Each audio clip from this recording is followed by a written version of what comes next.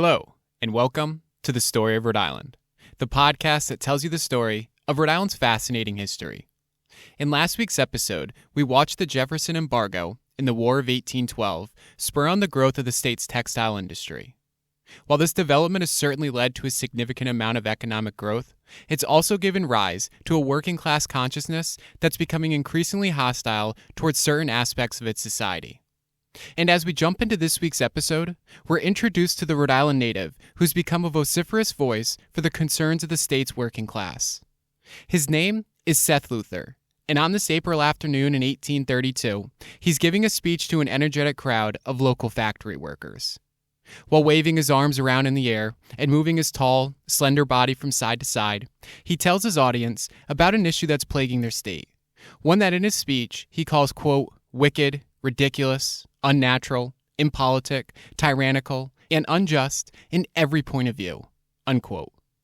While many of these adjectives are certainly valid, the problem that Luther is more plainly referring to is the state's severely outdated charter government that's turned Rhode Island into one of the least democratic states in America. Not only are many of its towns severely underrepresented in the state government, but Rhode Island also has one of the most restrictive suffrage laws in America. The latter problem being the primary point of contention for Luther's audience. At the time of his speech, Rhode Island is one of the only states to still have a real estate requirement for voting, a restriction that prevents most of the state's working-class citizens from being enfranchised. Luther addresses this embarrassing reality by asking his audience, quote, will it be believed that in any one state under the flag of the United States, there are thousands of American citizens who have no more voice in the government, general or local, than the serfs, vassals, and boors of Europe and Asia, unquote. Then, he continues to tell the crowd how Rhode Island has failed to live up to the ideals of the American Revolution, and how, quote, the celebrations of the 4th of July never ought to take place in this state, except as a day of mourning, and those who walk in procession ought to be in chains, unquote. And finally, with the crowd becoming increasingly bought into his message, Luther delivers the most provocative part of his speech. He tells his listeners that this can go on no longer, and that, quote, we must have a remedy, peaceably if we can, forcibly if we must, unquote. Once his sentence is finished, the crowd erupts into a roaring applause, and working men throughout Providence are more energized than ever before. But Luther's pleas for reform are not warmly received by all, especially not by the rural towns whose political power rests on Rhode Island's outdated charter government. To them, any attempt at modernization is perceived as a threat, a change that would allow the more industrialized towns to take hold of their government. And so, with political preservation acting as their driving force, the conservative leaders of Rhode Island's less industrialized towns do everything they can to protect what they deem to be their sacred charter government. For over a decade, they will stubbornly suppress the reformers' civil attempts at modernization, allowing the underlying problems to grow even more severe, and the need for change to become unbearable. Eventually, those being oppressed will realize that in order to free themselves from the state's unjust political institutions, they must take matters into their own hands. They must put aside their civil mentality and take an approach that's far more revolutionary. The story of how Rhode Island's outdated government and conservative politicians create a society that's ripe for internal rebellion is what we'll cover in this week's episode of the Story of Rhode Island podcast.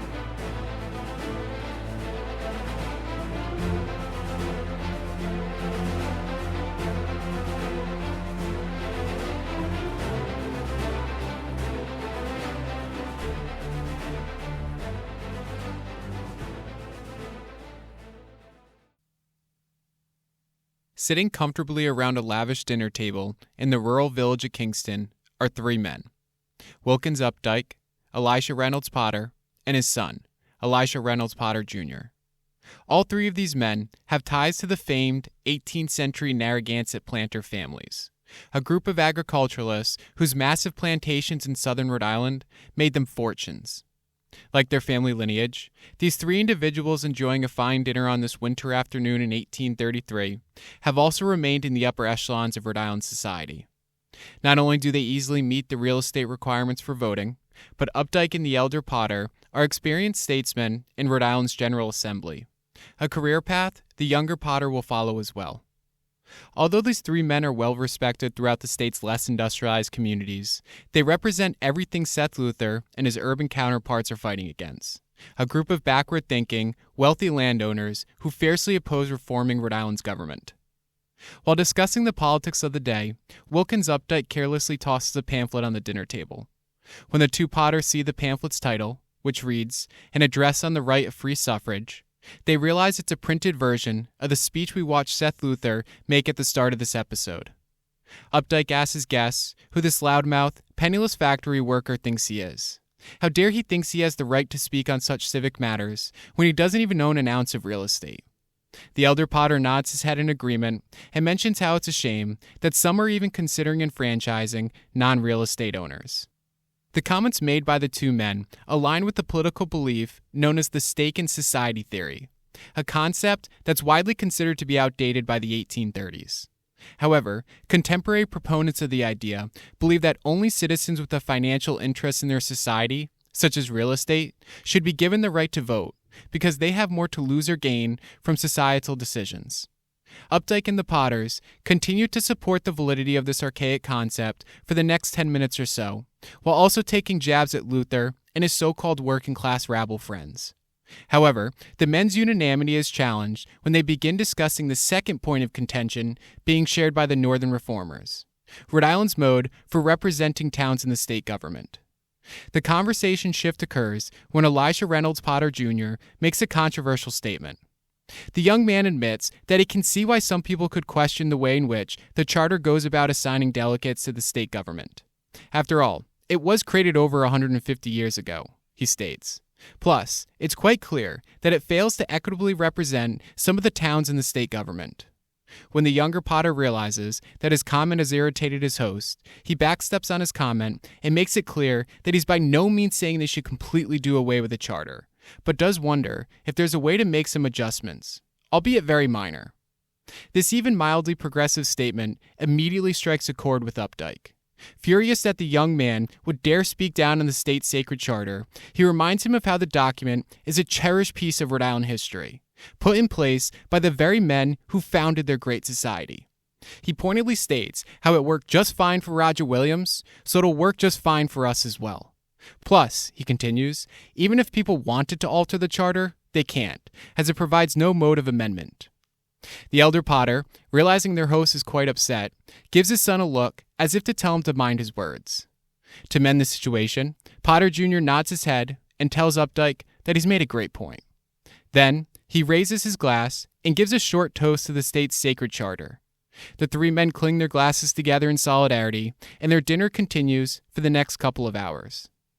While we wait for the men to finish their meal, I'd like to take a minute to analyze their discussion so that we can fully understand exactly what it is they are defending and why it puts them at odds with men like Seth Luther and his counterparts in the northern industrialized towns. Okay, so at a high level, Updike, the Potters, and other Rhode Islanders from the less industrialized towns are adamantly opposed to making changes to the charter government because they know it'll result in a loss of political power. For example, by extending suffrage rights to non-property holders like factory workers, it would increase the percentage of the state's electorate who don't have any rural interests. On top of that, it would also create an electorate that has the potential to be controlled by northern mill owners. This latter sentiment not being completely unfounded. Because in the 1830s, Rhode Island has yet to adopt the secret ballot, meaning that mill owners would know who their employees are voting for, and could very well use that information to coerce them into voting a certain way. While this is of course more of a justification for the secret ballot, as opposed to why lower-class citizens shouldn't be given voting privileges, it nonetheless helps you to understand their concerns. Now, it's quite obvious why the state's working-class citizens oppose these restrictions to suffrage. However, what we've yet to look at is just how outdated this law has become and the number of Rhode Islanders it affects. Throughout the early 19th century, most states have been drastically increasing the percentage of adult white males who are enfranchised, while Rhode Island has done the exact opposite. By being one of the only states to still have a real estate requirement for voting, and being one of the most industrialized states in America, it's drastically reduced the percentage of its population who are enfranchised. For example, in 18th century Rhode Island, about 70% of adult white males could vote. However, by the 1830s, that number has fallen to just 30%. And so this is the first source of tension between the industrialized and the less industrialized towns. The second is slightly more complicated and deals with how towns are represented in the state government. So ideally, the number of delegates each town sends to the General Assembly would be determined by the size of their population. Unfortunately, that's not how it works. Not even close. Instead, delegates are assigned based on the apportionment method used in the charter, which states that every town, except the original 4, those being Providence, Warwick, Newport, and Portsmouth, sends 2 representatives to the General Assembly, regardless of their population size. Therefore, even though towns in the northern half of the state have seen their populations absolutely explode because of the Industrial Revolution, while the populations of the other towns have remained stagnant or even declined, a dichotomy we discussed in last week's episode, they still both have the same number of representatives. To get a sense of how poorly this system has adapted to the state's new economy, it's almost comical to know that the rural island town of Jamestown, with a population of about 400 people, and the far more industrialized town of Smithfield, with a population approaching 7,000, each have 2 representatives. And if we zoom out, we see just how poorly represented the industrialized towns have become. Because even though the industrialized towns contain 50% of the state's population, their delegates make up just 30% of the General Assembly. A reality that's made possible simply because there are twice as many less industrialized towns as there are industrialized towns. So as you can imagine, the industrialized towns find this absurd, and they want it changed. But as I'm sure you can also understand, people like Updike and the Potters fear a more equitable mode of apportionment as it would take away their political power. Now, it's important to note that there are other reasons why the charter government is outdated, but those don't play as much of a role as igniting the rebellion that will eventually ensue. Therefore, I'm going to hold off on discussing those and will instead just put them in this episode's webpage.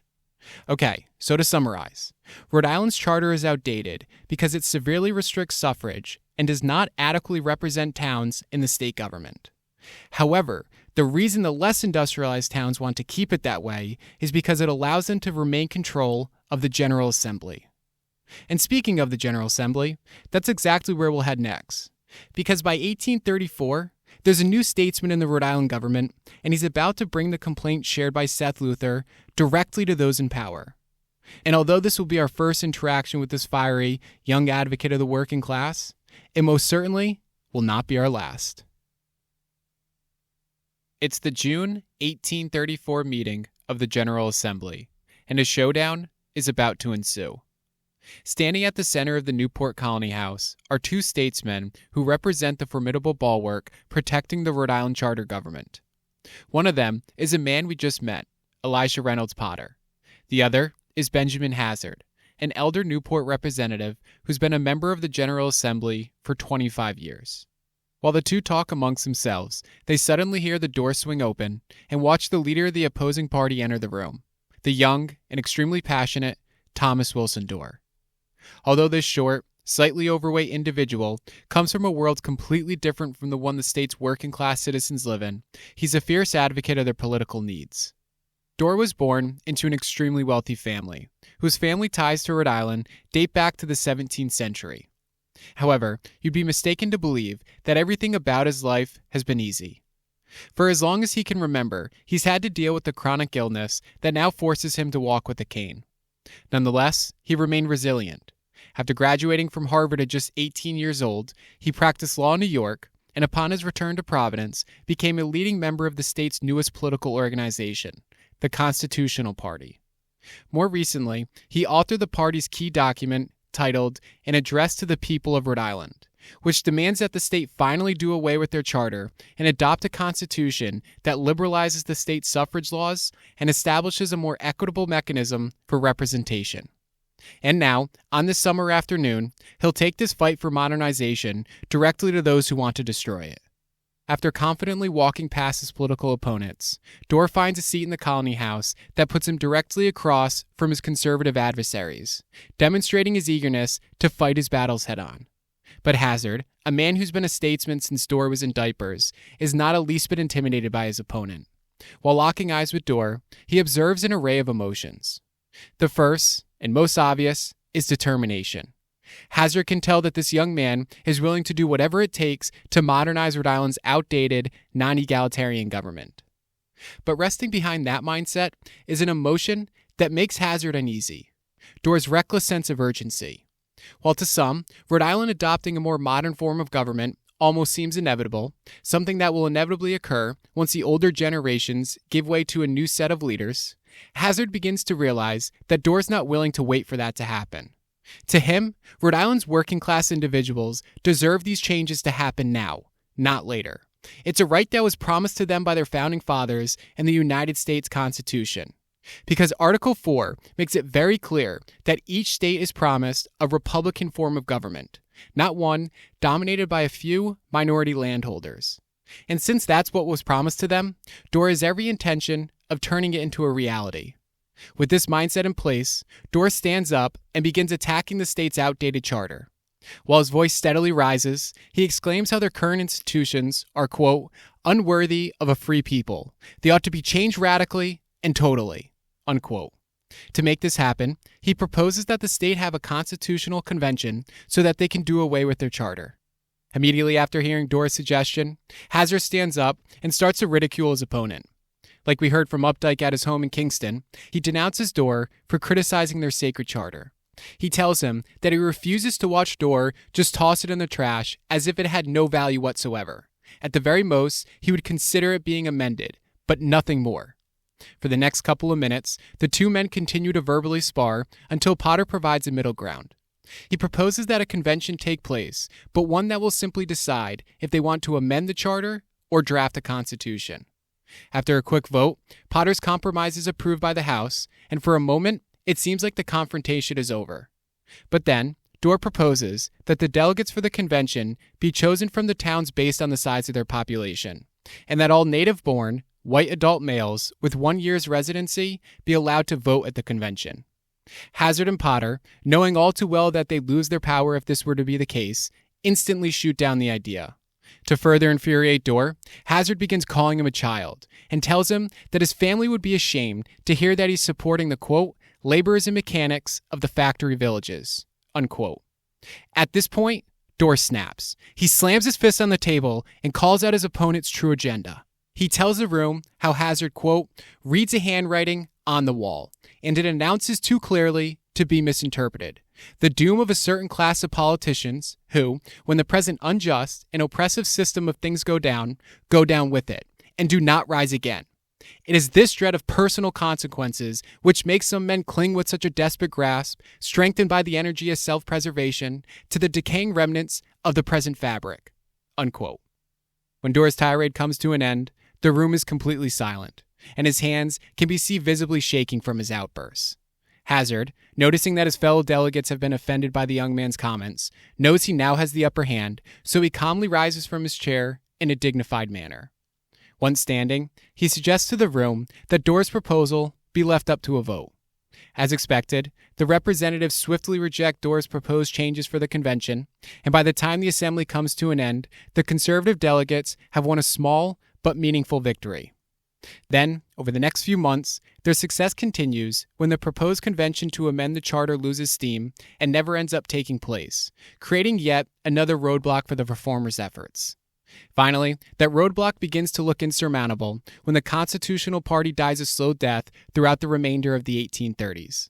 The reason for the party's decline is attributed to a lack of funds, the continued pushback that they receive from a majority of the enfranchised population, and a series of nationwide economic depressions in 1837 and 1839 that force working-class individuals to prioritize providing for their families instead of gaining the right to vote. And so, by the end of the decade, it seems as though all hope for modernization is lost for the time being. However, when one looks beneath the surface, they see something else developing. Because while the life of the Constitutional Party is slowly coming to an end, the same factors that initiated these tensions to begin with grow even more pronounced. Throughout the 1830s, steam-powered technology enables the economies and the populations of the northern towns to grow even more rapidly than before. By the end of the decade, 60% of the state's population is located in the northern, industrialized towns, while their delegates make up just 30% of the General Assembly. So although, as Dorr states, the Constitutional Party, quote, accomplished nothing, unquote, the sleeping giant is growing stronger every day. But that giant will not remain at rest for long. At the start of the new decade, a series of internal and external changes will wake the state's working-class population from its slumber and push the people towards a full-blown political revolution. The piece of legislation that wakes the sleeping giant is passed in January of 1840. While its name, the Militia Reorganization Act, sounds like nothing more than a military restructuring, in reality, it has far more impactful consequences. The militia law imposes burdensome fines and penalties on anyone who avoids military duty. And since the people who are typically obligated to partake in military service are disenfranchised lower-class citizens, it reminds them of the importance of their fight.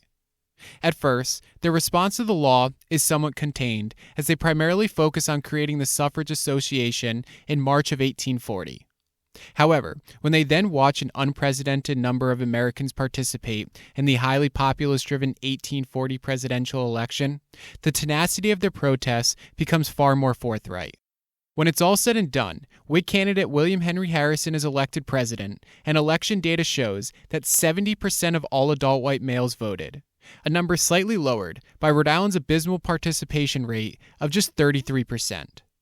This embarrassing reality inspires Rhode Island Suffrage Association to once again take the protests to the streets and forces the General Assembly to finally schedule a constitutional convention for the following November. However, the details of that convention only further infuriates the suffragists when they learn that the delegates will be chosen in a manner that favors the state's conservative landholding faction, giving them little faith that any substantial changes will actually be made. This proves to be the final straw for the reformers, so in the summer of 1841, they decide that it's time to take matters into their own hands. And as we visit Providence's Dexter training ground on a sweltering June afternoon, we watch their fight for modernization take a revolutionary step forward. Gathering around local minister William Bach is a group of factory workers attending a rally put on by the Suffrage Association. Behind Bach is a large banner that demonstrates the crowd's mindset. It reads, quote, "War forever against the tyrannical government of Rhode Island," unquote. Noticeably missing from the rally is Thomas Wilson Dorr. Having struggled to pick himself back up after the death of the Constitutional Party, he's remained on the sidelines. Or, at least that's the case for now. With the people now assembled, Bach steps forward onto the large platform and begins sharing his message. While referring to the founder of their historic town, he states, quote, "Ask the hovering spirit of Roger Williams if liberty is to be measured by dollars and cents, and parceled out by feet and inches to his descendants," unquote. He then continues to insult the General Assembly's upcoming constitutional convention and how it's simply a scheme to keep the status quo. And since those in power clearly have no plans of enfranchising Rhode Island's working-class individuals, it's time for them to accept that their current government can no longer be trusted, and that it's now up to the people of Rhode Island to take more radical measures. They must bypass their government and hold their own constitutional convention that will replace their archaic charter with the modern government. The action suggested by Bach and the Suffrage Association is not only extreme, but could rightly be called a revolution. But Bach has no qualms with such a label. Instead, he asks the crowd exactly what's being called a revolution. He asks, quote, "Call it a revolution that we say intelligence, virtue, honor, and patriotism makes the man, and not dirt? Call it a revolution that we level every false distinction, every grade not based on talent or moral worth, and proclaim liberty and rights to the people? Well, then we are revolutionists and glory in it, and we will rejoice when such a revolution is consummated and its blessings are revealed," unquote. While the words emphatically shared by Bach come from a single person, they in actuality speak for the thousands of Rhode Islanders who have had enough. They've tried to lawfully share their grievances through men like Seth Luther and the Constitutional Party, but it's brought them nothing. And so, just like Seth Luther prophetically stated almost a decade ago, since they cannot achieve these goals peacefully, they must now act more forcefully. And over the next several months, that's exactly what they'll do. The people of Rhode Island, no longer willing to be held back by those in power, will begin building a new government, one that actually represents its citizens. As that process begins to unfold, Thomas Wilson Dorr will rise from the ashes of the Constitutional Party and become the unanimous leader of this political upheaval. Eventually, he will realize that the only way their movement will succeed is by turning their acts of civil disobedience into a militant uprising, a decision that will turn what Bott calls a revolution into what we know today as the Dorr Rebellion. But that's a story for next time, on next week's episode of the Story of Rhode Island podcast.